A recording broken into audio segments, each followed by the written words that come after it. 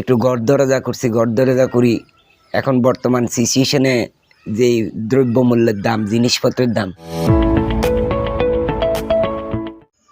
বিসমিল্লাহির রহমানির রহিম। প্রিয় বন্ধুরা, আসসালামু আলাইকুম। আমি সোহাগ, সবাইকে স্বাগতম জানাচ্ছি। আজকে আমরা এমন এক ভাইয়ের সাথে কথা বলবো, যিনি দীর্ঘদিন প্রবাসে অতি কষ্ট মাথার ঘাম পায়ে ফেলে শুধুমাত্র পরিবার প্রিয়জনের মুখে হাসি ফুটাতে দিনরাত পরিশ্রম করে গেছেন। সে দীর্ঘ পরিশ্রম, তার কী কী ত্যাগ আর কী অর্জন, সেই সব নিয়ে আজ আমরা কথা বলবো। চলুন কথা না বাইরে ভাইয়ের কাছ থেকে বিস্তারিত জেনে নেই। আর হ্যাঁ, আমাদের আরও গল্প শুনতে, প্রবাসী ভাইদের কষ্ট একটু সার্থক করতে আপনার মূল্যবান লাইক, কমেন্ট, শেয়ার দিয়ে আমাদের সাথে থাকার অনুরোধ জানাচ্ছি। বিসমিল্লাহির রহমানির রহিম। আসসালামু আলাইকুম। আমি আবদুল্লাহ আল মামুন। আমার পিতা ডাক্তার আব্দুর রশিদ। আমার গ্রামের বাড়ি কচুয়া উপজেলা, গ্রাম নাওপুরা, ডিস্ট্রিক্ট চাঁদপুর। আমি 2012 সালে কাতারে যাই। আমার খালতো ভাই আমাকে নেয়। তা আমি ঋণ ফিন করে কাতারে গেছি কোনো রকম। যাওয়ার পরে কোম্পানিতে জব করি, 1000 রিয়াল বেতনে চাকরি করি। 2-3 মাস পরে কোম্পানি আমাকে একটা সুযোগ দিল যে আমি পার্সেন্টেজে কাজ করার জন্য। তখন আমি পার্সেন্টেজে কাজ করি বাইরে, মানে আকামা আমরা লাগাই, কোম্পানিরে পয়সা দেই, আকামা লাগাই। তো পার্সেন্টেজ কোম্পানি আমাদের কাছ থেকে সাথে 30 রিয়াল করে নিত। নেওয়ার পরে আমরা বাইরে কাজ করতাম। আমরা 5-6 জন ছিলাম একত্রে। আমরা একটা গ্রুপিং হয়ে বাইরে নিজেরা কাজ ধরতাম, কাজ করতাম। তো 2012 সালে যাওয়ার পরে মোটামুটি আলহামদুলিল্লাহ ঋণ পিন শোধ করার পরে মাত্র সবাই লাইনে উঠলাম যে কিছু পয়সা করি, ঋণ পিন শেষ, কিছু পয়সা করি পামো। এখন কামাইতে আছি, কাম কাজ ধরছি। তার মধ্যে 2বার বাড়ি থেকে আসার পরে দ্বিতীয়বার যখন ছুটি থেকে যাওয়ার পরে আমি মোটামুটি 6-7টা, আমরা 6-7 জনে মিলে 6-7টা কাজ ধরি। কাজ ধরার পরে 1 মাস কিংবা 2 মাস কাজ করার পরে আমি 3 তলা থেকে পড়ে, ওই কর্নারের কলম ফিরতে গিয়ে আমি 3 তলা থেকে পড়ে যাই। পড়ে যাওয়ার পরে আমি হয়াতে ক্রমে আল্লাহ আমাকে নতুন জীবন দেয়। আমার মেরুদণ্ডটা 3টা ভাঙ্গা দেয়। বর্তমানে মেরুদণ্ডতে রড লাগানো আছে। আমার ডাইন পাও ভেঙে যায়, বাম পাও ভাঙে যায়, এবং বর্তমানে আমার ডাইন পাওটা এখনও ভাঙ্গা, ওটা অপারেশন করি নাই, ওখানে অপারেশন করাই নাই। আর দ্বিতীয় কথা হলো আমি এখনও ক্যাথেটার ইউজ করতে হয়, 1 টাইম ক্যাথেটার ইউজ করতে হয়, কারণ আমি প্রস্রাব করতে পারি না। এই তো কাতার গভর্নমেন্ট, আমি ওখানে 2 বছর ট্রিটমেন্ট করার পরে আমার কফিল আমারে ট্রিটমেন্ট করাইছে।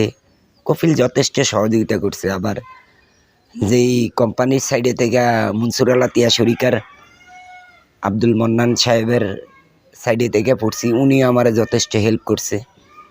আমি ট্রিটমেন্ট করার পরে মোটামুটি কাতার হেলথ মিনিস্ট্রি এবং কাতার হামাদ মেডিকেলের 3 জন ডাক্তার ছিল আমার। বিশেষ করে একজন ডাক্তারের নামেই বলতে হয়, ডাক্তার নাসির খান। উনি আমারে যথেষ্ট হেল্প করছে, ইন্ডিয়ান কেরালা। তো উনি আমার সবগুলা রিপোর্ট, যেমন পায়ের রিপোর্টগুলা ভালো দিছে, মেরুদণ্ডের রিপোর্টগুলা দিছে। এরপরে ডাক্তার ইউরোলজির ডাক্তার ছিল আপনার, উনিও ভালো রিপোর্ট দিছে। রিপোর্ট দেওয়ার পরে কাতার হেলথ মিনিস্টারে আমাকে আমার পুরা শরীরের ড্যামেজ হিসাবে আমার 160% দেয়।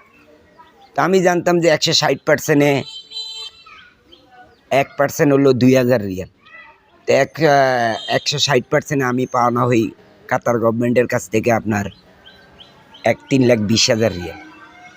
তো এর মধ্যে আমার ইন্স্যুরেন্স ছিল। আমি 160% দেওয়ার পরে আমি এগুলা কাগজপত্র নিয়ে আবার এই হুমসালাল মোহাম্মদ আপনার একটা পুলিশ স্টেশনে যাই। ওখানে ওরা সব কিছু দেখে আমার পেপার বানিয়ে দেয়।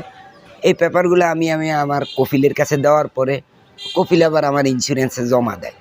ইন্স্যুরেন্সে জমা দেওয়ার পরে 1 মাস পরে কফিল আমারে বলে যে, দেখো বাবা, আমার কফিলের বাড়ি হলো নোয়াখালী, বাঙালি শরিকার নাম হলো ফাইনজা সিত্তা।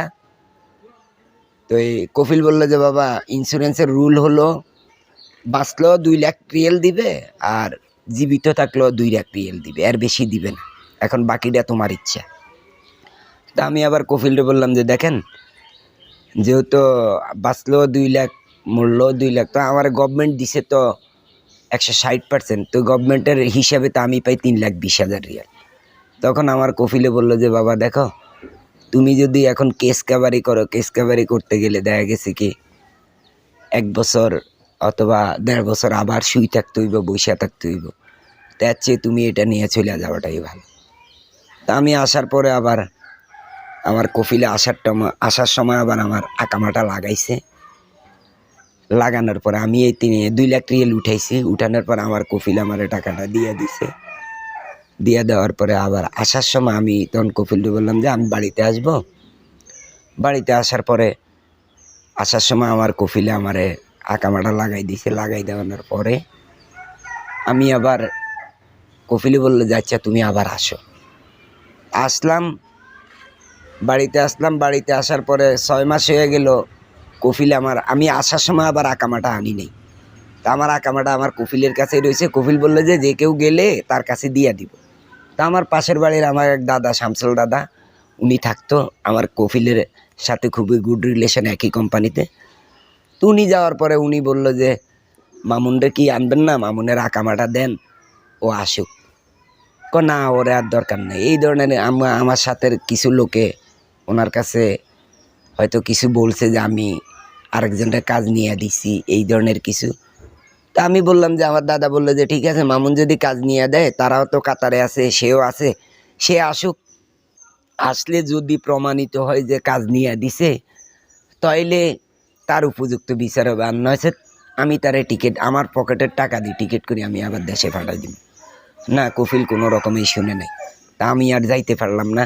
এই 44 লাখ টাকা, আসলে এটা একটা সীমিত টাকা। এই টাকা দিয়ে হয়তো বাড়িতে আইসি, একটু গড়দরজা করছি, গড়দরজা করি।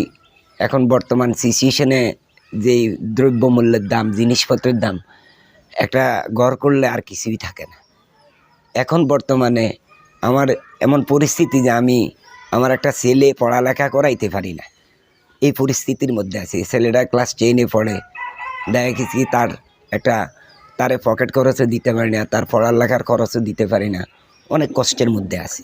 আমাদের আরও গল্প শুনতে, প্রবাসী ভাইদের কষ্ট একটু সার্থক করতে আপনার মূল্যবান লাইক, কমেন্ট, শেয়ার দিয়ে আমাদের সাথে থাকার অনুরোধ জানাচ্ছি।